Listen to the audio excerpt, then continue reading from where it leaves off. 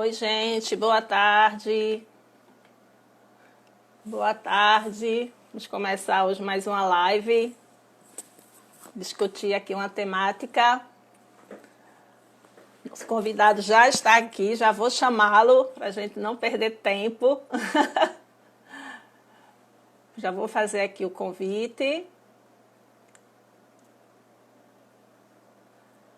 para que Hernando já possa se conectar nessa tarde, finalzinho da tarde. Para a gente ter uma conversa aqui sobre metodologias ativas. Olá, Hernandes, tudo bom? Olá, boa tarde a Deixa eu todos. ajustar aqui um pouquinho. Tudo bem contigo? Graças a Deus, tudo bem, tudo tranquilo. Coisa Com boa, saúde, coisa né? boa. Hoje em dia, É, assim, né? Tá com saúde também, né? não, hoje em dia é a primeira coisa que a gente pergunta, né? Porque é essencial, É verdade. né? Que bom, Hernandes, que você aceitou o convite. A gente, acho que aquela vez que a gente se viu lá no IFPE faz uns 2 anos, acredito, né? Isso, Foi acho que foi antes, foi fevereiro antes de da pandemia. 2019. Foi. Foi, menino, que coisa, né? E aí, assim, eu fui acompanhando as redes sociais, né? E você já, naquela época, já era um estudioso das metodologias ativas. E aí eu disse, eu vou chamá-lo para conversar aqui um pouquinho aqui na minha conta profissional aqui do Instagram para nos ajudar a entender um pouco mais sobre a questão das metodologias ativas. Então já fica meu agradecimento, Hernandes. Eu que agradeço. É ótimo falar sobre o assunto e melhor ainda conversar contigo sobre isso. Ai, que coisa boa, que bom. Desde quando eu abri aqui essa conta profissional, eu venho tentando, né, trazer um pouco também essa discussão sobre metodologias ativas, seja em forma de, né, postagens, ou já fiz outras lives também, para ajudar a gente a pensar, né, a refletir e a pensar. Então, eu já te agradeço o convite, agradeço a todos que estão aí entrando, né, para participar aqui desse momento. E aí eu já queria, para a gente não perder tempo, né? O tempo aqui no Instagram é ouro, É verdade. né? Você contar um pouquinho aqui para a gente da sua trajetória, né? A sua formação. A gente observa que pelo teu currículo, assim, você tem uma formação bem diversificada, inclusive, né? Então, como É é que você verdade. chega na educação? Contar um pouquinho para a gente aí da tua trajetória. Bora lá, né? Na realidade, né, muita gente quando me conhece assim por alguma fala, alguma palestra, alguma coisa, sempre acha que eu sou diretamente da área da educação, sou Uhum. pedagogo, né, tudo mais. Infelizmente, eu ainda não sou pedagogo, tá? Eu sou administrador de formação, né? Então, eu fiz bacharelado em administração e no finalzinho do curso, né, eu já me via em sala de aula, mas eu comecei a me confrontar com algumas realidades, né? Eu tinha professores maravilhosos, fantásticos, tecnicamente falando, então dominavam o assunto, conheciam da Uhum. área, mas na hora que ia fazer conexão com a gente na sala de aula, faltava alguma coisa, né? E eu dizia assim, ó, eu acho que o que falta aí talvez seja um pouquinho de alguma bagagem pedagógica, alguma bagagem da didática, algo que vem aí de dentro da área da licenciatura, né? E aí, quando eu terminei a graduação, eu já pensei assim, bem, se eu quero caminhar para a educação, eu preciso fazer algo na área Uhum. da educação, né? Então, eu fiz uma especialização na área de formação de professores para atuar com EAD. Depois eu fiz um mestrado em educação. Depois eu fiz um mestrado em administração. E aí agora estou no doutorado em educação, né? Então, assim, eu vou navegando, né, nos dois ambientes, né? E para mim é bom, porque vai me trazendo um olhar de gestão, mas vai também me trazendo um olhar de dentro de sala de aula, do professor, do estudante, né? Isso vai dando a gente uma amplitude, né? Dessa visão do que é Uhum. estar na sala de aula. Aí conversa muito com o que a gente vai falar hoje, né? Essa Isso. prática que a gente precisa trazer para a sala de aula, né?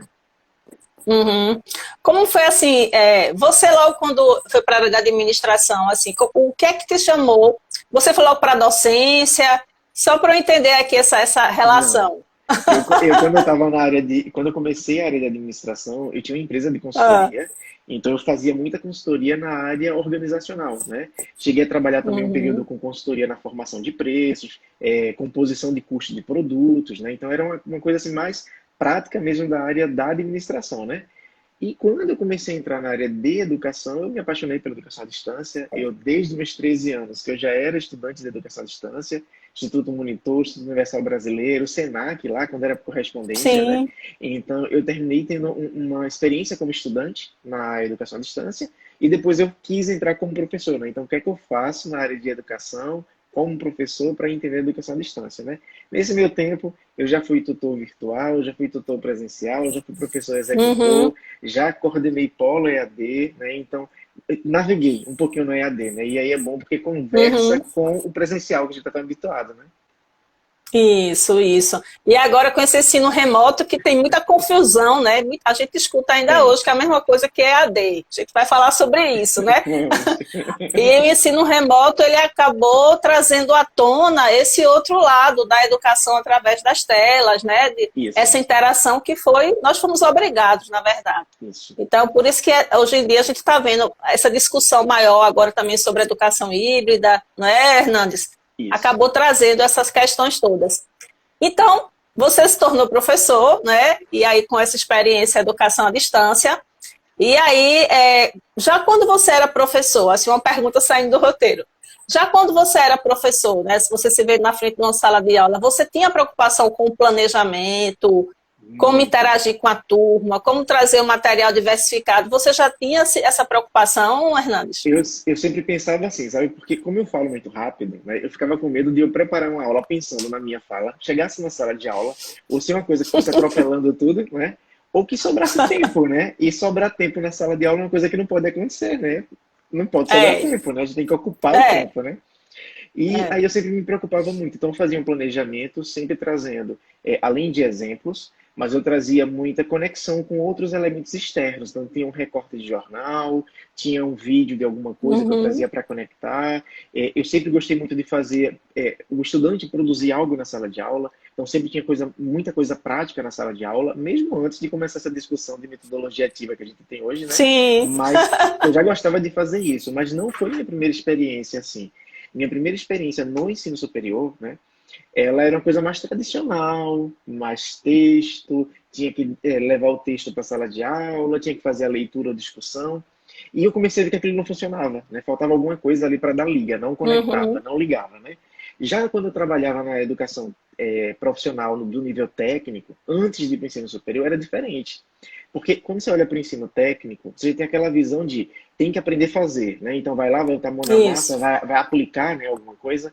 E aí eu comecei a Uhum, trazer essa memória que eu tinha de quando eu trabalhava com educação técnica, né, com educação profissional, propriamente dito, e com o ensino superior. Né? Eu falei, peraí, o que é que eu consigo juntar aqui para trazer os dois mundos, né? O mundo da leitura, o mundo da uhum. discussão, mas também o mundo da aplicação, né? Como é que a gente aplica. Entendi. Pois é.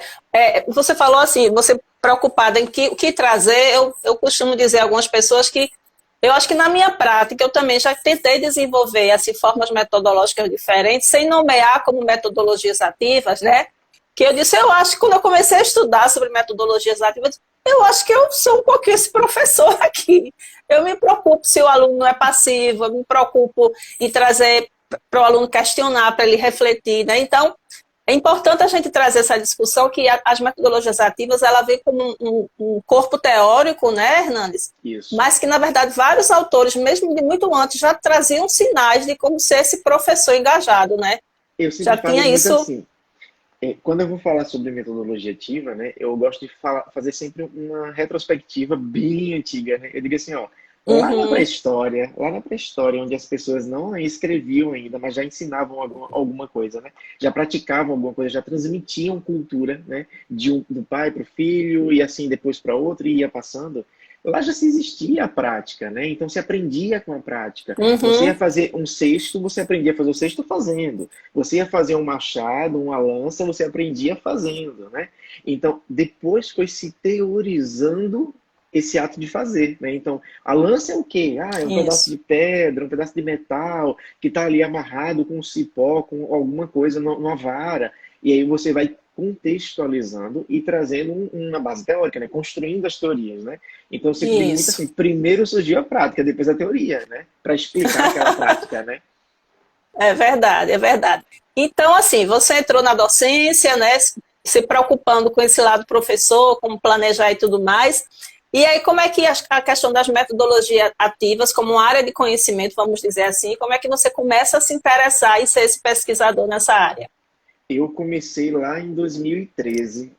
2013 não, na realidade, no ensino profissionalizante eu comecei em 2009, né? Mas não tinha esse nome de metodologia ativa, né? Eu trabalhei numa Sim. disciplina de empreendedorismo e aí eu não queria trabalhar a disciplina de empreendedorismo conceituando o que era empreendedor, o que era intraempreendedor. Eu queria que eles aprendessem a fazer um negócio. Então a gente pegou o plano de negócio e fez ele inverso. Então, bora fazer. Como é que eu vou analisar o Uhum. mercado? Como é que eu vou construir o produto? Como é que eu vou definir o preço do produto? Como é que eu vou fazer todo o custeio para fabricar aquele produto? Como é que eu coloco ele na praça? E eu fui trazendo essa prática lá. Quando eu entro para o ensino superior, e aí já 2, 3 anos depois, eu comecei a tentar trazer para dentro de sala de aula essa aplicação de fato, né? Então, foi quando eu comecei a pesquisar sobre o que era essa prática, que aí tinha um nome, né, chamado ensino híbrido. Uhum. Então, eu comecei a trabalhar muito com projeto, né, aprendizagem baseada em projetos, aprendizagem baseada em problemas. Naquela época ainda não se tinha esse conceito, né, não o conceito, mas a compreensão de uma aula invertida, não se Uhum. tinha até recursos para isso próprios para a gente fazer. Então, era muito assim, no projeto, problema, às vezes uma aprendizagem por pares, que também não era divulgada essa nomenclatura, não se tinha essa nomenclatura, Isso. e Verdade. muita, não era, e protótipo, né? Eu sempre gostei muito de prototipar alguma coisa, e esse prototipar se a gente vai fazer uma empresa, então bora simular uma empresa. A gente ia para simulação, né? E eles construíam mesmo. No local que eu trabalhei, a gente até criou uma feira de empreendedorismo com empresas fictícias para dentro da própria instituição, onde os outros estudantes iam conhecer a feira, né? Então, era muita prática mesmo, simulação, e aí depois, né, eu acho que já Uhum. 2015, 2016, que eu comecei a ter essa visão, opa, isso é metodologia ativa, essa metodologia se chama desse jeito, essa que está em construção, né? O que me deu muita base para mergulhar na área foi aquele livrozinho verde, né, de ensino híbrido, da professora Lilian Bassiti, né? Então, ela Sim, foi... sim, eu tenho. Pronto. É. Tem que ler. 2015, tem que Quem se ler. interessa, eu tenho que ler. Não tem como Tem que não ler. ler esse livro, não. É verdade. Então, assim, Uhum. eu comecei com ela, né, a partir desse livro. Aí tinha um curso gratuito, inclusive, na Coursera. Aí eu fiz esse curso gratuito, que também foi formatado por ela e pelos autores do livro, né? E aí, depois que eu passei Uhum. por essa formação, aí eu quis mergulhar. Então, quando eu comecei a desenhar o projeto de doutorado, eu já comecei desenhando o projeto de doutorado partindo de algum olhar das metodologias ativas. Meu projeto hoje trabalha Uhum. com ensino híbrido, então o foco tem sido ensino híbrido. Mas eu não comecei com ensino híbrido, né? Eu comecei com um olhar para uma aula invertida, que está dentro do ensino híbrido, mas com uma conotação um pouquinho diferente. Um olhar para uma aprendizagem por projetos, um olhar para uma gamificação, né? E a gente vai, aprofunda muito gamificação depois. E fui mesclando, né? Uhum. Só que tinha uma coisa, sabe, Isaima, que na época eu não percebi, eu passei a perceber depois, é que você começa a ser bombardeado por tanta metodologia, né? Tem essa, tem aquela, tem uma nova. Às vezes a diferença é uma palavra, mas é outra metodologia. Uhum. E você começa a se preocupar, meu Deus, eu tenho que aprender tudo isso. E aí, quando é que eu vou aprender tudo isso? Como é que eu vou aplicar tudo isso? Quais metodologias eu tenho que aplicar todo dia? Né? Então, foram surgindo, né, várias preocupações naquela época. Depois, foi que eu fui entendendo, né, que primeiro, eu não tenho que aprender todas, eu tenho que aprender Uhum. aquelas que são mais cabíveis para aquela minha área de ensino, ou que de repente conversa mais com o meu objetivo de aprendizagem do estudante, né?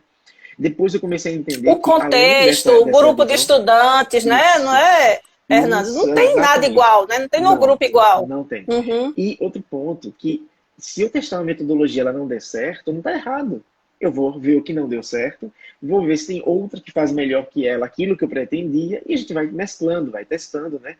Uma vez eu estava fazendo uma live, ano passado, logo no início da pandemia, e aí a professora Paloma, né, que estava comigo na live, ela fez assim, mas Hernandes, sempre me perguntam isso, qual é a melhor metodologia ativa? Eu disse, não tem, não tem a melhor. Uhum. Tem aquela que atende ao objetivo que você quer com a aula. Então, o que é que eu quero hoje com a aula? Isso. Aí eu quero que o meu estudante ele pegue esse projeto e ele consiga, no final da história, construir uma torre. Então, você vai usar a aprendizagem por projeto e você vai ter aí, talvez, um pouquinho da cultura maker, dependendo do que você vai fazer. Mas é muito Exato. ver esse contexto, né, Isama? O que é que você quer com Uhum. aquilo e quem é que está naquilo, né? Naquele cenário, né? Isso. Ó, já tem aqui uns comentários. Hernandes, maravilhoso. Eita! Quem entrou foi Gente, boa Marcos tarde. Viegas também. Olha Viegas, um aí. abraço, Viegas. O pessoal aqui que Abraço, veio aqui lhe Marcos. prestigiar. Oh, coisa boa. Abraço, gente. É, e eu também tinha essa impressão logo no começo, quando eu comecei a ler os primeiros textos, né? Eu disse, meu Deus, eu tenho que entender todas essas práticas, mas como é isso, né? Mas antes de tudo, os grupos dos estudantes das turmas são diferentes, a gente vai ter que levar em conta isso. Então, uma prática que eu fiz numa turma não vale para outra, que isso a gente já discute há muito tempo, né? As turmas não são iguais, não tem essa homogeneidade que antigamente a gente, que na área pedagógica se tinha, né? Aquelas turmas bem niveladas, como se todo mundo tivesse o mesmo nível de aprendizagem. Tudo Então, acho que robô. começa também, não começa muito daí. Ô, Hernandes, e quando a gente fala assim, essa tua experiência que você também começou a pensar, aí começa o trabalho da gente do planejamento, né? Porque eu costumo também dizer que usar as metodologias ativas interfere na nossa concepção de educação e isso vai Isso, interferir no nosso planejamento. Eu acho que isso. começa também daí, né? Também. E Porque tem não é um... só chegar na sala, vamos fazer um grupo em pares, não sei o quê, não. Não, Isso vem de não. uma reflexão do professor. Começa de um planejamento, né? Tem um conceito que a professora Dora Aham. Padilha trabalha muito aqui em Recife, mas no Brasil de maneira geral, que é o conceito das coreografias didáticas, né? Então, você pensar de fato como você vai construir esse cenário de aprendizagem. E um outro ponto que a gente também fala muito quando vai fazer planejamento para trabalhar com metodologia ativa, tem gente que vai fazer planejamento para metodologia ativa, tá errado. Eu entendo que o planejamento é para Uhum. aprendizagem, né? Então, o que é que eu quero que o meu estudante Isso. aprenda? A partir daí, eu começo a pensar que metodologia se adequa melhor. Outro ponto, tem gente que pega a metodologia ativa e se apaixona por ela de um jeito que casa com ela. E quer usar ela toda hora, todo momento, em todo lugar. Se a premissa da metodologia ativa é que ela é flexível e que ela vai permitir você trabalhar de acordo com o que você precisa, como é que eu vou engessar trazendo só uma metodologia sempre, né? É como a Uhum. gente conhece alguns professores que são já rotulados como professores Kahoot. Porque onde vai é com Kahoot do lado, né? Então vai usar o Kahoot, né? Não é que seja ruim, não. Eu gosto do Kahoot, eu uso muito Kahoot Uhum. também. Mas não dá para usar toda hora, todo dia, o dia inteiro, né? Uhum. Você tem que também não padronizar, senão você cai na mesma armadilha do que a gente chama de ensino tradicional, né? Que é o ensino que sempre tem a mesma rotina, o mesmo padrão, o mesmo escopo, né? E não dá para a gente fazer isso com Isso. metodologia ativa. Exato. Olha aí, Marcos Viegas, dois grandes profissionais. Ô, Viegas, eu sei que teve um Henrique, eu acho que um ex-estudante que falou que foi seu aluno, um professor Foi. sensacional. Mas eu também estou aqui com meus alunos também, viu? Já vi aqui Márcio, Lindaci. Eita, coisa Está aqui boa. um embate aqui dos nossos estudantes aqui no, no chat. Ou vamos lá, então, ver se a gente consegue já diferenciar para esse início de conversa. Então, vamos lá. O que são as metodologias ativas? A gente já deu aqui vários indícios, né? O que é o ensino remoto e o ensino híbrido? E como é cada uma dessas categorias e como a gente acaba podendo relacionar, né, Hernandes, essas categorias? Vamos tentar, assim, conceituar. Bora lá, né? Na realidade, a metodologia ativa, né? As metodologias ativas, né, são conjuntos de ferramentas, de instrumentos, de métodos, né, de abordagens que tem como objetivo trazer o estudante para o centro do processo como protagonista da Uhum. aprendizagem, né? Então, não é que o professor deixa de ser importante, muito pelo contrário, ele se torna ainda mais importante porque ele agora tem que pensar como o estudante aprende. Antes, lá naquilo que a gente chama de educação tradicional, o professor pensava em como ele ensina. Hoje, ele tem que pensar em como o estudante aprende, né? Então, o foco é Isso. como é que o meu estudante aprende. Então, você começa aí, a partir das metodologias ativas, utilizar essas ferramentas, essas metodologias, essas abordagens que vão te ajudar a construir essa aprendizagem. Então, se a gente fosse conceituar a metodologia ativa, né, a gente diria que seriam abordagens metodológicas que Uhum. têm como papel principal trazer o estudante como protagonista para construir uma aprendizagem significativa para o estudante, né? Eu brinco muito assim, quando eu fazia lá meu ensino fundamental, eu estudei Bhaskara. Estudei. Não sei se hoje eu usei Bhaskara alguma vez na vida. Porque ninguém nunca me disse onde é que ela se conecta com a minha vida. Qual que é o significado dela na Uhum. minha vida. Certamente eu usei, e não sei que usei. Então, a gente precisa começar a trazer para o estudante situações didáticas que o estudante consiga conectar com a sua vida e ele entenda, isso eu uso ali, isso aqui me serve para isso. Agora pegar filosofia, né? Filosofia que as pessoas acham tão complexas, tão difícil, né? Estudar filosofia. A filosofia, na realidade, vai te dar o sentido de você questionar, perguntar, duvidar das coisas, procurar uma resposta mais verdadeira para as coisas. Então, quando eu trago a filosofia dentro de uma metodologia ativa, o meu processo é fazer a pessoa se criticar, ser autocrítico, criticar no sentido positivo mesmo, de analisar as coisas, né? E não aceitar a resposta pronta, né? Então, eu diria que começa por aí um exemplo, né? Quando a gente vai para a outra parte da tua pergunta, né? Que você traz a metodologia ativa, você traz o ensino remoto e o ensino híbrido, né? O ensino remoto, né, que a gente hoje está tão acostumado a falar, né, o remoto emergencial, né, como o MEC descreveu, né, o remoto emergencial. Foi, lá nos pareceres, né, do CNE está ensino remoto emergencial, Isso, que já tem um ano que é de emergência, né, porque até hoje a gente ainda está nele. Mas bora lá. Esse remoto emergencial, na realidade, na prática, se tornou a transposição daquilo que está na sala física para o ambiente virtual, que muitas vezes é síncrono, ou seja, acontece ao vivo, acontece seguindo o horário da aula, o professor está ali presente, construindo e desconstruindo a aprendizagem, mas sem um planejamento próprio para o EAD, sem um material produzido para o EAD, sem nada que o EAD demanda, né? Então, esse remoto ele não é EAD, né? Isso tem que ficar muito claro, tem que entender que esse remoto é algo que está assim ainda nas entrelinhas, né? O que danado né? Se tornou essa transposição do presencial para o modo remoto durante a pandemia. Só que esse modo remoto, ele trouxe para a gente vários questionamentos, principalmente quando fala do híbrido, porque a gente está cansado de ver escolas, né, dizendo assim, estamos agora no ensino híbrido. Aí tem metade da turma lá na sala física, metade da turma lá na sua casa, o professor em um minuto olha para a câmera, outro minuto está com o estudante na sala. Isso não é híbrido. Isso não é híbrido. Tem que ficar muito claro que isso não é híbrido, né? Isso não é. Não. Exatamente. Quando recentemente, quando passa algumas reportagens que mostram justamente o professor, isso me dá logo uma aflição, sabe, Hernandes? Porque aí esse professor com esse papel pedagógico de dar atenção quem está lá presencial e dar atenção no virtual. Isso. Então, não é híbrido. A proposta do ensino híbrido não é o professor estar no mesmo lugar ao mesmo tempo dando esse atendimento. A gente pode até não conseguir hoje conceituar o remoto, porque está em construção. Mas dizer que ele é híbrido, a gente já sabe que não é. Então ele não é híbrido, né? Porque o que é que caracteriza... Bora pegar a palavra híbrida, né? O que é que caracteriza a palavra híbrida? A palavra híbrida, ela quer dizer que é um novo ser, um novo produto que foi originado de pelo menos outros dois. Então, se ele é um novo produto, ele não é a mistura de dois, ele é um novo produto. Então, quando eu trago isso para a educação, eu digo assim, se o ensino ele é híbrido, ou se a educação é híbrida, a mesma pessoa vai vivenciar para uma mesma aprendizagem o uso do momento presencial com o momento remoto.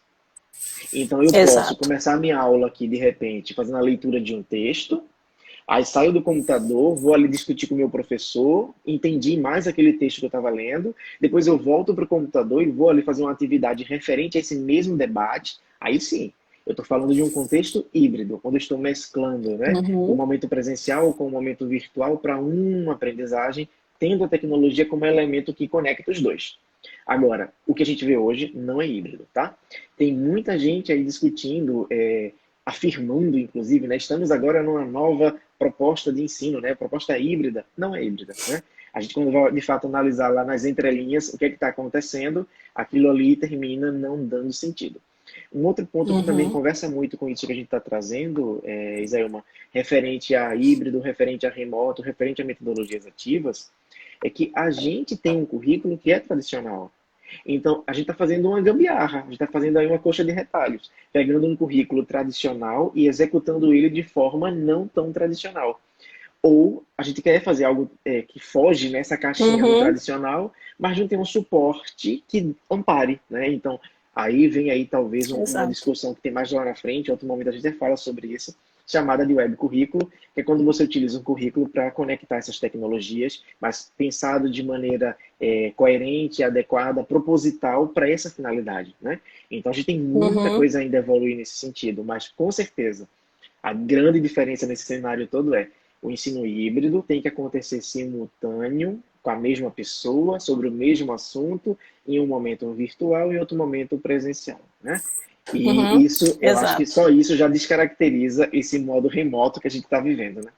Exato. Tem um professor aqui, inclusive o Henrique, meu colega lá na sala, o Henrique colocou assim no chat. Penso que existe um grande erro nessa transposição do currículo e práticas escolares para o mundo remoto. É necessário pensar questões como currículo mínimo, redução de carga horária e por aí vai. E aí, como você falou, né, houve como se fosse uma mudança de espaço, né? Presencial vai ser remoto, mas sem pensar em todas as implicações disso. Porque também tem isso, né, Hernandes? Não é só o uso agora da tecnologia, eu vou usar o celular, eu vou usar isso, que vai mudar essa concepção do ensino tradicional. Isso. É outra confusão que se fazem, né? Que o uso da tecnologia, automaticamente eu já estou mudando o meu jeito de trabalhar. E sabe, eu escutei uma vez, eu acredito que foi do professor José Moran, num evento que eu fui lá Uhum, em Florianópolis, ele dizendo o seguinte, né?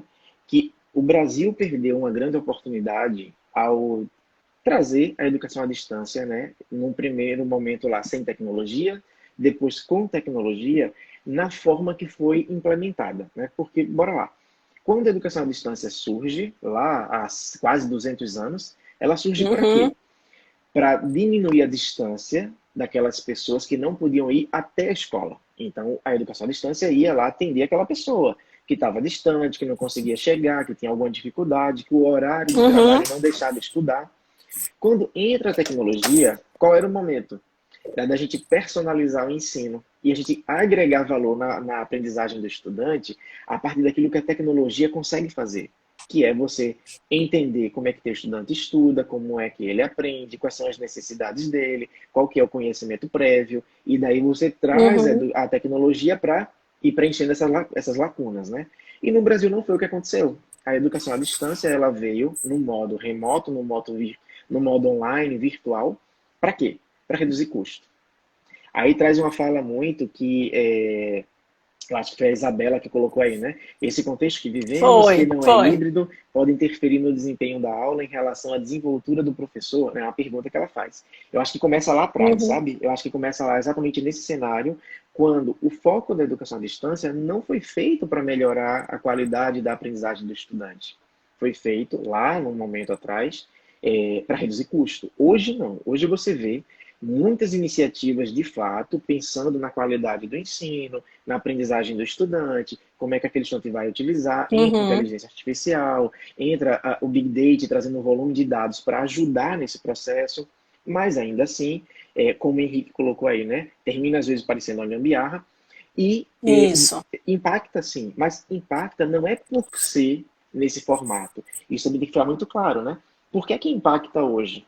O professor não foi formado para atuar nesse cenário. O professor teve que se ver de última hora imerso aí num monte de tecnologias que ele nem sabia que existia, quanto mais como utilizar a tecnologia. O professor, e eu não estou querendo aqui jogar culpa para o lado de ninguém, porque eu acho que não é questão de culpa, é questão mesmo da gente entender o processo, mas Uhum, o professor também não teve oportunidade, ou não procurou, ou não quis fazer, ou ninguém investiu, mas para aprender como fazer uma aula diferente. Então, quando você chega, e fora que o próprio sistema, né? O Enem, o próprio ENAD e todas sistema, essas é. avaliações cobra da gente uma educação formal, tradicional, não é uma educação que o cara vai sair dali um Isso. inventor, né? E eu fico até dizendo assim, eu acho que se Einstein tivesse vivo hoje, quantas coisas diferentes a gente veria, né? Tão gigantesca, com tecnologia, internet, com tudo. Se na época que não Uhum, existia o que tem hoje, ele fez o que fez, produziu o que produziu, então imagina no cenário de hoje. Mas voltando para essa exato. fala de Isabela, né? Prejudica sim o papel do professor. Prejudica por quê? Porque ele vai trabalhar mais do que ele estava habituado a trabalhar, sem receber por isso, sem ter treinamento para isso, sem ter um suporte para isso e sendo cobrado por isso. E eu não estou generalizando, tá? Tem instituições que de fato cuidam direitinho, fazem a coisa certinha, Uhum, preparou antes, dá o suporte que for necessário, entende a dificuldade do professor, mas quantos por cento, né? E aí é outra reflexão para a gente, né? Quantas de fato estão Uhum. tendo esse olhar com o professor. Você vai fazer aí alguns estudos, se preocupam muito na formação do estudante, na qualidade do estudante, como esse estudante vai trabalhar no mercado de cenário e no mercado de trabalho, e tem que se pensar nisso. Mas e o professor que forma esse estudante? O que é que está sendo discutido, o que é que está sendo pensado, como é que está sendo preparado, como é que eu estou olhando para esse professor com o olhar de uma pessoa que precisa de ajuda e que muitas vezes não quer ajuda porque não sabe que ela é importante, né? Então, são Uhum. alguns É pontos que de verdade. fato interferem aí nesse contexto, né? Uhum. Pronto, uma das coisas que a gente ia até conversar, combinou de conversar é justamente isso. Com a suspensão das aulas, aí veio a pandemia, né, o ensino remoto, e aí também a gente começou a observar essas discussões das metodologias ativas. E aí eu começo a perceber que nem tudo que aquele professor remotamente está fazendo tem a ver com metodologias ativas. Muitas vezes ele vai aplicar a mesma metodologia de antes, ou seja, aquele planejamento, só ele é o centro da atenção, o aluno ali só escutando, passivo. Então a tecnologia ela não foi utilizada, né, apenas como você falou, saiu do presencial Isso. para o remoto, né? E tem até aqueles casos de redes de ensino que utilizaram as atividades impressas, né? Isso, Que isso me exatamente. dá mais um impacto, né, do estudante receber aquele volume de material impresso como se aquilo fosse uma aula, né? Eu acho que é mais impactante ainda. Aí como é que você observou, Hernando, esse movimento das metodologias ativas sendo assim falados muito nesse momento, né? A gente Eu precisa acho utilizar metodologias ativas, é importante nesse momento. Como isso, é que e você eu acho analisa? assim, eu acho que na realidade foi romantizado muita coisa, né? Então houve aí um romantismo muito grande aí nesse processo todo, né? De que Uhum, é legal, é bom, precisa, isso é tudo verdade. Mas não é simples de aplicar qualquer coisa. A gente tem que ter um planejamento, né? E aí, se você vai fazer uma uhum, avaliação de alguns cenários que nós temos, por exemplo, logo no início da pandemia, o Hub Educat fez lá da UFPE, fez uma série também de lives internacionais, e eu tive o prazer de conversar com uma amiga minha lá do México, né, sobre como é que estava sendo a realidade lá e fazer um comparativo com a gente aqui no Brasil. E lá no México, de acordo com o que ela falou, 50% da população não tem acesso à internet. 50% não tem acesso. E uhum, esses 50%, eles tiveram que aprender de outro jeito. Como lá, o livro didático, ele é igual para a escola pública ou particular, é o mesmo livro, não tem diferença. Como não tem uhum, diferença, o que é que o governo fez? Liberou os canais de TV e de rádio. Onde chegava sinal de rádio, era rádio. Onde chegava TV, era TV. E tinha determinados horários com o professor trabalhando a atividade que estava naquele livro didático. Então, onde não tinha internet, foi se utilizado outros caminhos, né? Então, teve exemplos também de onde você tinha que ter um material impresso para a pessoa poder desenvolver a atividade, mas tinha um suporte diferente. Aqui no Brasil, a gente teve muitas iniciativas, alguns programas passando na TV, outro por rádio, alguns locais no país a gente viu exemplos de comunicação por uhum. rádio, mas também tivemos alguns exemplos de muitos canais via YouTube, né? Então estava lá o YouTube sendo transmitido ao vivo e a pessoa estudando. Mas nada disso é metodologia ativa. Isso é só uso de tecnologia, né? A Exato. metodologia ativa, ela tem que ser pensada para uma finalidade, tem que ser intencional. Então, quando eu uso uma gamificação, eu uso uma gamificação por quê? Porque eu preciso engajar o estudante naquela aprendizagem, porque eu preciso, de repente, fazer uma avaliação diagnóstica, eu preciso, de repente, ver se aquilo que foi discutido na sala de aula foi aprendido durante o processo, né? Então, você vai testando as metodologias para você ir avaliando essa construção. Ah, eu vou aplicar toda hora uma aprendizagem por projeto? Não sei. É meu objetivo esse? O que o estudante está aprendendo? Eu posso fazer uma conexão ali com o projeto e trabalhando o projeto? Ah, de repente eu posso fazer ali uma aprendizagem por problemas, ok, mas qual que é o meu objetivo com isso? O que é que eu vou usar ali? Aí quando você vem para o modo remoto, é bem mais complexo. Você tem estudante que não tem computador em casa, você tem estudante que está usando o único celular da casa para conseguir fazer de fato algum tipo de estudo, algum tipo de aprendizagem. Eu não tenho como exigir que ele abra a câmera, então eu não sei se a estudante está ali Uhum. olhando para a aula no momento. Você às vezes até questiona, fulano, fala aí alguma coisa, fala sobre isso. Mas há também uma resistência do lado de lá. Um contexto que há uma resistência Isso. do lado de lá, do estudante, em de fato interagir por vários motivos, né? É, às vezes não tem um microfone, está lá porque do outro lado. Você também tem o professor do outro lado que está abrindo sua casa, né, para a rede, né? E aí, de fato, você vai ter várias coisas acontecendo ao mesmo tempo, né? E tudo isso vai trazendo para a gente algumas reflexões. O que é metodologia ativa quando eu uso no ambiente remoto, por exemplo? É aquela metodologia que ela vai trazer o estudante como protagonista da aprendizagem, mas que tem um significado, tem um sentido, né? Aquilo que ele está aprendendo. Ele entende por que aquilo vai ser aprendido e onde ele vai usar aquilo ali na vida dele, no dia a dia dele. E o estudante interage, constrói, participa. Ele não só escuta. Isso. A aula dialogada, ela é importante e ela é muito útil, mas eu não posso fazer uso só dela. E não há diálogo se só o professor falar. Então, a gente tem que enxergar esses pequenos detalhes que a gente acha que está fazendo, né? E nem sempre está. Fora que ainda tem um professor que, infelizmente, ele tem receio daquele estudante, aquela estudante, e reclamar dele para um superior, esse superior vir para cima dele com a história que vou te demitir, vou te desligar porque você não está fazendo a coisa que era para fazer. Então, essa ansiedade, ela também vai desgastando o processo, né? E aí você fica nesse cenário. E aí? Eu vou agora passar um podcast, eu vou passar aqui um vídeo, eu vou abrir um chat aqui, uma pergunta, eu vou usar o Mentimeter para poder fazer ali um questionamento, gerar nuvem de palavras. O que eu vou fazer, né? E sempre pensar, se o meu estudante ele não está participativo, ele não está ativo no processo e ele não está construindo uma aprendizagem que tenha sentido para ele, não é aula com metodologia ativa, tá? Continua sendo uma aula tradicional, mesmo que eu utilize tecnologia.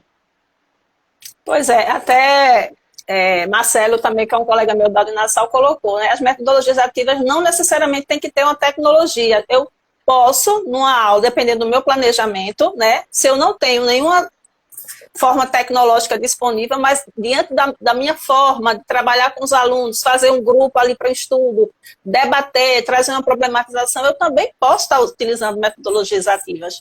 Porque também fica muito relacionado, né, Hernandes? Só posso usar metodologia ativa se eu usar aplicativos, se eu usar o computador, se eu usar a internet. Não é por aí, né? Não, de forma É a forma metodológica de trabalhar. Você me lembrou uma coisa agora bem interessante, né? Eu dei uma oficina, escuta a palavra guia, Tem horas que eu não sei se é a minha tecnologia. internet ou a sua, mas está dando uma travada de vez em quando. Para mim aqui tá assim, eu tô Agora lá, sabe? Mas deu tá uma normal, né? Então, tá tranquilo para você aí? tá, para mim tá tranquilo. Tá dando uma congeladinha de vez em quando. Mas vamos lá, dá para ir. Então, o que é que acontece, né? Eu dei uma oficina uma vez de gamificação e quando você vê o nome de gamificação, né? Já pensa que vai aprender um monte de aplicativos, um monte de recursos. E aí, quando chegou na sala de aula, a primeira hora de aula, né? Foram 3 horas de oficina. A primeira hora de oficina era para fazer forca, palavra cruzada, caça-palavras e tinha uma outra. Aqueles joguinhos de memória, né? E aí, quando o pessoal chegou, fez. Mas cadê o computador? Eu fiz, pra que computador? A gente vai trabalhar gamificação, não é tecnologia, né? E aí cai a ficha. Então eu posso fazer gamificação desse tipo. A gente sempre fez, quem nunca fez uma forca na vida, né? Mas ninguém associava isso a uma gamificação, né? Então a gente precisa entender que não fazer uso de tecnologia não descaracteriza a metodologia, muito pelo contrário. Ela tem metodologia que depende da tecnologia, tem metodologia que não. Uma aprendizagem por problemas, uma aprendizagem por projetos. Eu não preciso de tecnologia. Eu até posso usar, mas eu não preciso. Exato. Fala um pouquinho, aproveitar, Hernandes. Você falou desse grupo aí que você tem, né, com alguns professores da Federal. Tem várias lives lá disponibilizadas, né? Porque se o pessoal quiser depois entrar lá no Instagram de vocês lá para dar uma olhada. Isso, ó, no Instagram, no YouTube, né? Tá tudo no YouTube, então basta procurar lá.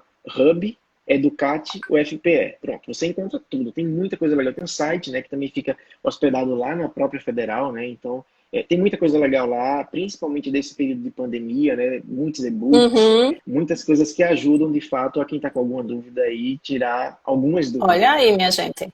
Olha aí, olha aí que dica preciosa.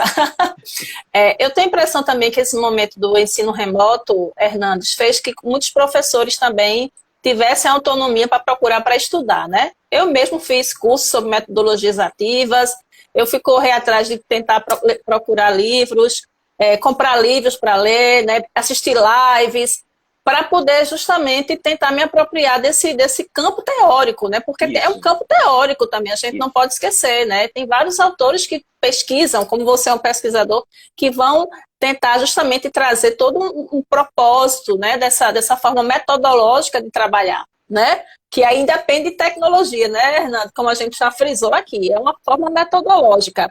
Como é que você vê, então, assim, essas várias possibilidades que a gente tem, né? Estudos de caso, aprendizagem entre pares, sala de aula invertida. Por exemplo, o que seria uma sala de aula invertida? Só para a gente situar Vai aqui o lá. pessoal que não conhece esses termos. Tem o conceito, né, que foi construído lá nas teorias, né, mas antes da pandemia, Uhum, e tem como eu gosto de enxergar hoje, depois da pandemia, né, com a pandemia. O conceito da aula invertida é assim. Primeiro, o que é que dá mais trabalho para o estudante? Fazer a leitura de um texto ou responder uma atividade? Normalmente é responder a atividade. A leitura uhum, ele faz com o menor dos problemas possível, né? Só que na hora que ele fazia a leitura no ensino tradicional, ele fazia na sala de aula com o professor. Tanto que tinha atividade de casa. Então, as atividades iam para casa. Na sala de aula ficava a leitura, a atividade ia para casa. Essa aula invertida, ela muda os papéis, porque ela diz assim, quando o estudante mais precisa do professor, ele não estava. Então, na realidade, o professor precisa estar na hora que a aula invertida faz para casa, tudo aquilo que é fácil, simples e que o estudante pode fazer sozinho, como ler um texto, assistir a um vídeo, assistir a um podcast. E na sala de aula, ele vai fazer atividade. Ele vai colocar a mão na massa, onde tem o professor que consegue guiar essa construção, tirando dúvidas, uhum. orientando. Então, isso é aula invertida. Pela teoria, é assim: tudo aquilo que ele vai fazer sozinho, ele vai fazer conectado na internet. Tudo aquilo que ele vai fazer em conjunto, ele vai fazer fisicamente na aula presencial. Mas na pandemia, a gente não tem aula presencial. A gente pode ter e aula não ao vivo, que seria a assíncrona, né? Então você tem ou ela síncrona ou ela assíncrona. Então hoje eu descrevo a aula invertida assim: o momento que o estudante está com o professor e a turma, e o momento que o estudante está sozinho. Ele vai fazer aquilo que é simples e Deu uma fácil. congelada aqui Quando ele para está com mim. a turma, foi, né? Voltou. Mas melhorou, Voltou. voltou, né? Então, bora lá. Voltou. Tá um Então, pouquinho assim, oscilando, mas dá para é, ir mais um pouquinho. A é gente o, vai tentando ver se dá certo. eu acho que é o horário. Eu acho que é o horário que o pessoal começou a É, conectar mais agora. é. Então, o que é que acontece, né? Quando você vê, em um momento tem um professor com o estudante e o restante da turma, esse seria o momento que é dito como um presencial. O outro momento, que é onde ele está sozinho, é o momento que a gente diz que é o virtual, né? E aí você tem, na realidade, essa utilização de uma aula invertida. Agora, Uhum, tinha até uma pergunta aí que passou, Isaíma, sobre isso, eu não lembro agora quem foi que fez, mas perguntava assim, uhum. então, fazer algo assim, nesse momento remoto, de repente, do dia para a noite, sem planejamento, né? Eu digo muito assim, lá em março do ano passado, quando veio o primeiro decreto que suspendeu a aula presencial, que a gente foi para o remoto, ali foi sem planejamento. Ali foi do dia para a Uhum, noite, foi a toque de caixa, mas hoje eu não tenho mais como dizer que é sem planejamento. Faz um é ano que estou verdade. em pandemia. Então, em um ano, deu tempo suficiente para a gente pensar, discutir, articular, organizar o mínimo possível. Talvez não vai ser perfeito, talvez não vai ter ali o ápice do que seria uma boa prática daquilo ali, mas tem Uhum, muitas boas práticas acontecendo com o que se tem. Você tem aí exemplo de verdade. um professor de história lá para a Amanda de São Paulo, se não me falha a memória. O professor de história construiu um game usando o formulário Google. O formulário Google é gratuito, está disponível, qualquer um pode usar.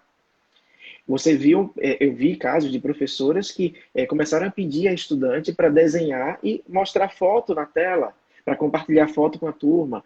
Aí depois entra o Instagram no meio da história. Então, a criança criou o Instagram, supervisionado pelos pais, óbvio, mas no Instagram vai postando as atividades que a professora, o professor está pedindo. Então, você começa a ver muita coisa Uhum. acontecendo com o recurso que tem, né? Então, dá para planejar? Dá. Hoje já dá para planejar. A gente já tem a experiência de um ano de pandemia, né? Agora, o que eu Um ano, tenho de é. recurso para planejar é o que vai depender de cada contexto. Contexto da escola, contexto do estudante. Eu, antes de preparar uma aula, eu preciso saber quem é o meu estudante, em que ele está inserido, como é a sua vida social, para saber que tipo de recurso ele tem, para que eu Isso. possa ou não cobrar dele.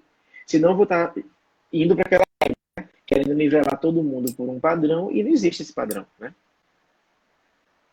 Verdade. Tem uma pergunta aqui de Isabela que era até que eu ia fazer também alguma coisa relacionado, né?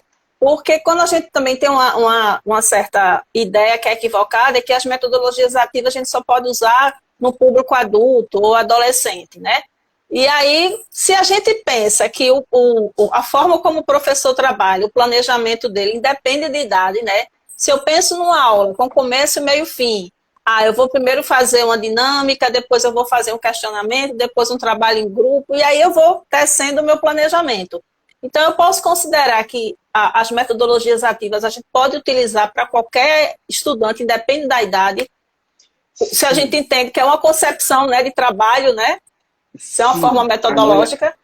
e sim, agora não todas as metodologias, né? Você vai ter Sim, metodologia que vai sim. requerer um trabalho um pouco maior, né? Mas quando você olha lá para a educação infantil, bora lá, educação infantil, não chegou nem no primeiro ano ainda, a criancinha está lá começando a fazer algumas coisas, como é que ela aprende? Ela aprende brincando, ela aprende colocando a mão na massa, ela aprende dobrando, cortando, Perguntando desenhando, muito. exato. A criança já faz isso. A educação infantil, ela Exato. já é uma educação por meio de metodologia ativa. Uhum. Agora, como é que eu virtualizo isso é outra história, né? Como é que eu vou trazer essa criança que no presencial ela já faz sim aspectos. Eu vou ter que pensar que tipo de recurso digital a criança tem, qual que é o recurso digital que é fácil daquela criança se adaptar, se inteirar, e outra, como os pais, os responsáveis, os avós, as pessoas que tomam conta dessa criança estão ajudando no processo. Porque precisa Isso. da companhia de alguém. Ela não é autônoma, ela não vai ser autônoma, ela não vai fazer sozinha. Ela está ali para aprender a fazer sozinha. Mas para isso, Isso. vai ter que ter alguém dando suporte, o mínimo que seja, mas vai ter que ter alguém dando suporte. Para esse momento da pandemia, né, até alguns estudos da própria Sociedade de Pediatria, né, falam que Isso. as crianças não ficaram tanto tempo, né, na frente de telas. Então, nesse momento agora, a educação infantil é um público bem que a gente tem que olhar com muito cuidado. Mas eu penso Isso. que presencialmente, mais ainda, a gente pode sim, né, ter toda uma forma metodológica, porque a criança já por natureza ela é muito investigativa, né? Agora não E, pode, e né, Hernandes? O professor fica lá mandando copiar e colar a manhã toda, né? E aí não, vem não dá. justamente a concepção de educação, né? Olha, eu fiquei doente quando eu vi algumas aulas acontecendo com a criança de 6, 7, 8 anos, 4 horas com o professor falando. Isso Ninguém mata a aguenta. criança, não tem como. Ninguém aguenta.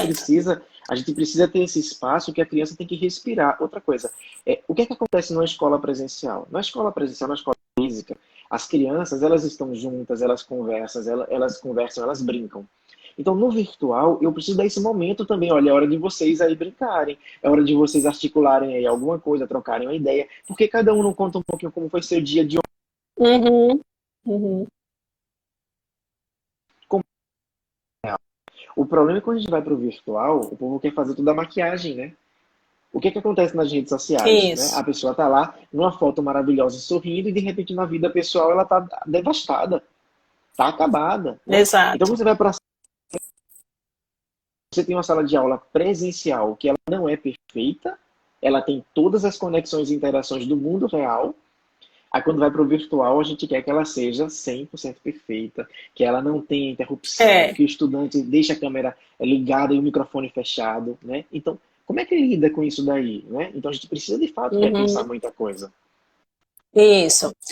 Tem aqui algumas perguntas no chat, gente, mas eu confesso que está tendo muitas perguntas e observações que eu não estou conseguindo dar conta, assim, que vocês estão interagindo bastante. Tem uma pessoa aqui da área de enfermagem que diz que utiliza metodologias ativas na área de saúde, né?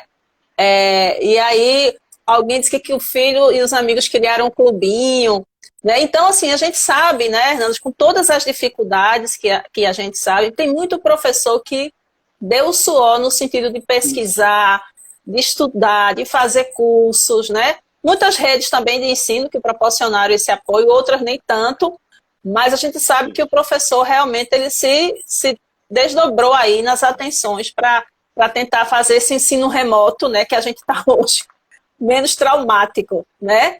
E se esse E professor assim, tem como concepção as metodologias ativas, isso aí, de uma certa forma, impacta, né, positivamente no seu trabalho. isso contribui, né, Isaíma? E se a gente pensar assim, bora lá. Uhum, A gente tem muitos cenários diferentes no país inteiro, pela própria dimensão do país e pelo contexto social mesmo do país.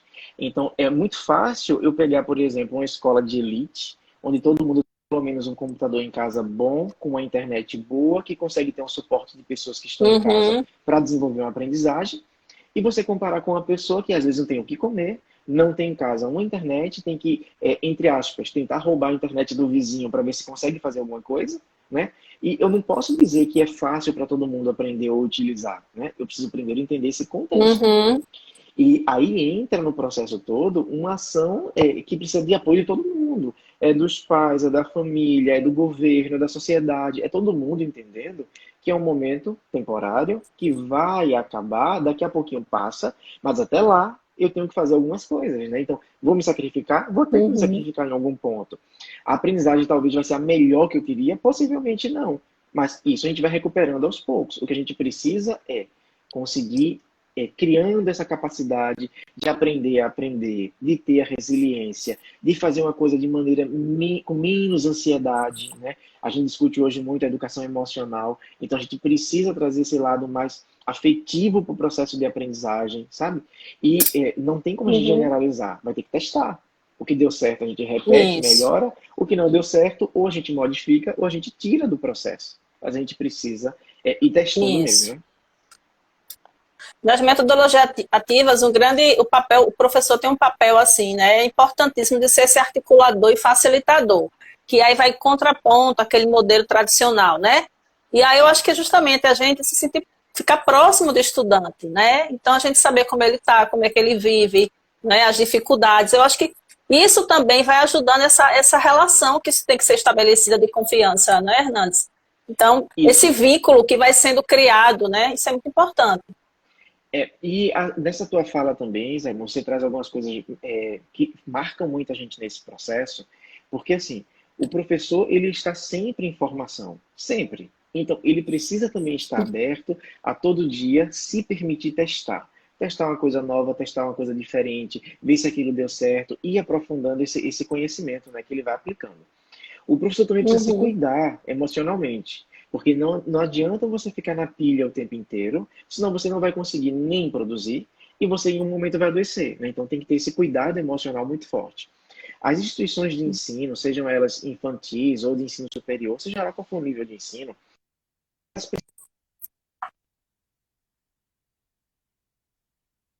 ele tem um outro papel só de ensinar. Ensinar ficou um pedacinho da história do professor. O papel dele hoje é fazer o aluno aprender. E para fazer o aluno aprender, ele vira mentor, Uhum. ele vira coach, ele vira pesquisador, ele vira gestor de aprendizagem. O professor assume tantos novos papéis, né? Porque aquele mito, né, que professor é uma profissão em extinção, que daqui a pouco acaba, não existe. Porque até para a inteligência artificial funcionar, tem que ter um professor ensinando. Ele ganha. Uhum. Será que a gente, professor, está preparado para assumir esses papéis? E aí cabe a gente buscar se preparar para assumir esses papéis e também o suporte da escola, do colégio, da faculdade, da universidade, também para apoiar esse desenvolvimento. Tem que haver aí uma integração dos dois lados, né? Eu sempre digo que a gente, professor, é um trabalho assim infinito, né? não é romantizando nem o coitadinho, não. Nós somos os profissionais, devemos ser respeitados por nossa escolha profissional, né? Mas realmente o trabalho nosso, o intelectual, é constante, né? Então a gente está pesquisando, colocando em prática, às vezes errando, e dizendo isso ao aluno, olha, isso não dá certo, eu vou tentar outra forma. Também tem essa humildade, né? Que a gente não é perfeito, mas a gente nunca pode parar de estudar e aprender, né, Hernandes? Não, Nunca. não, jamais. Então, assim, o tempo da gente, infelizmente, está acabando, né? Essa conversa maravilhosa. E eu queria, então, para você deixar aqui para o pessoal algumas dicas de leitura e autores fundamentais para quando a gente quer pesquisar sobre metodologias ativas. Se você puder citar alguns autores, só para a gente deixar aqui registrado. Com certeza, né? Eu diria assim que um livro muito bom é aquele de Lilian Bassett, né? O Livrinho Verde, né? De ensino híbrido. A gente tem um outro livro chamado Revirando a Sala de Aula, né? Ou Revolucionando a Sala de Aula. Que lá você tem ali dezenas de metodologias ativas. Você tem um outro livro que, inclusive, é da professora Andréa Filatro, que fala sobre 4 formatos de metodologias. Então, ela traz a metodologia imersiva, a metodologia ativa, a metodologia analítica e a metodologia ágil, que vai trabalhar nesse processo de aprendizagem, né? Então, são alguns livros muito legais. Mas tem livro próprio, por exemplo, o do Bergman, que fala sobre a aula invertida, o do Mazur, que fala sobre o Peer Instruction, que conversa muito com a aprendizagem por pares. Então, você tem aí um rol de autores muito legais, né? E sempre está saindo novas coisas, né? Sempre está saindo novas coisas. Então, o que é que eu aconselho? Vai numa loja dessa virtual, na Amazon.com, na Americanas, na Saraiva, coloca lá, né? Metodologia ativa. Gente, qualquer um dos livros que aparecer ali para você, vale a pena ser lido. Porque com certeza vai agregar valor em alguma coisa, né? Então, sempre tem livros muito bons, sabe? É uma área que tem construção, né, Iselma? É uma área que ainda não está pronta, né? Então, sempre novidade. Sem contar com autores clássicos, né, que já falam de socialização, né, de trabalho em grupo, né, de pensar o estudante como autor de um processo. Então, a gente também tem alguns autores clássicos que aí eu até fico dizendo, olha, para mim, Vygotsky, Paulo Freire, eles já traziam elementos importantes para a gente pensar nesse aluno de hoje, né? Nesse professor, né? Esse professor que precisa ser um professor que traga essa atividade para esse aluno, o aluno se sentir autor ali do processo. Então, eu acho que o professor, bem daquela primeira coisa que eu falei antes, qual é a concepção de educação desse professor? O que é que ele acredita, né? Porque aí justamente a gente consegue identificar o meu papel enquanto professor e o papel do estudante. Eu, como o Marcelo está colocando aqui, e tantos outros autores. Hernandes, eu quero te agradecer. Olha, eu acho que eu sempre estou chamando os amigos e dizendo, olha, já tem um próximo convite, porque 1 hora é muito pouco para a gente conversar tanta coisa. Então, eu já quero deixar já um convite para outro momento, se você puder, para a gente continuar, pronto, para a gente continuar conversando, porque essa é uma temática muito abrangente, né, muitos detalhes, principalmente agora nesse momento desse ensino remoto, e você conseguiu trazer para a gente essas conceituações para a gente diferenciar esse momento. Então, eu te agradeço. E fala um pouquinho aí do canal aí do YouTube, do Instagram, que você faz parte com o pessoal da Universidade Federal, para o pessoal entrar e estudar com vocês. Pois é. Entra lá, gente. Hub Educate, né? UFPE, procura lá. No Hub Educate tem tudo que vocês precisarem pesquisar. Tem também contato das pessoas que fazem parte. Então, todo mundo está lá disponível para ajudar, né? E quero agradecer também essa participação, viu? Vai cair já, eu acho, mas aí, obrigado por estar aqui. Isso. Por tudo. Agradeço aí o carinho de todo mundo que está assistindo, tá? Um beijo aí enorme para todos. E todos disponíveis. A hora que precisar é só dizer. Muito obrigada. Agradeço aos meus estudantes, vários que entraram aí, os estudantes de Hernandes, os colegas, amigos. Gente, muito obrigada por vocês estarem aqui. A live vai ficar gravada, quem puder assistir, rever, tá certo? E fica a minha gratidão. Obrigada, Hernandes. Muito obrigada por essa partilha aqui de conhecimento com a gente. Tchau, um abraço. Tchau, gente.